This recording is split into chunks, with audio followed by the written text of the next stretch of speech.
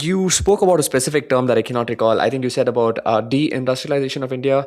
Could you walk us through what that means, and what did you have in mind? Yeah. So this is a term premature deindustrialization due to Danny Rodrik, who's at Harvard Kennedy School. It's basically this idea that if you look at the East Asian tigers and China in the late 20th century, early 21st century for China, their growth was driven by manufacturing export booms. Korea, Taiwan, Japan, I guess Japan less so an Asian tiger, but and then China, their manufacturing share of GDP was quite large, 30 to 40%.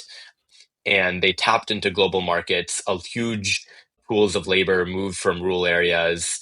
It's this idea of farm to factory into kind of more semi-urban areas, into industrialization, and that both upgraded the skills of that population, it generated lots of foreign exchange, it boosted growth rates, led to foreign direct investment. But then, as manufacturing got more productive, more technologically intensive, it also got more automated.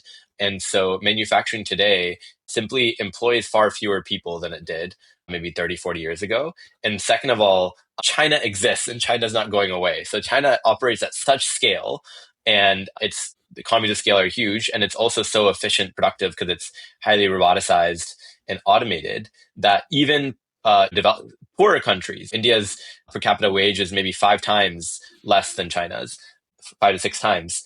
Even with that advantage in labor costs, the scale and then automation of Chinese manufacturing means that it's still difficult to compete.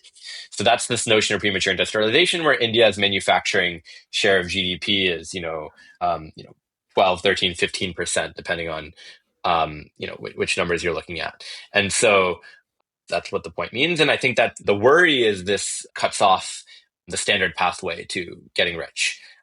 And manufacturing is quite unique because it's a good paying sector. It has a natural increase in productivity over time, um, as technology improves.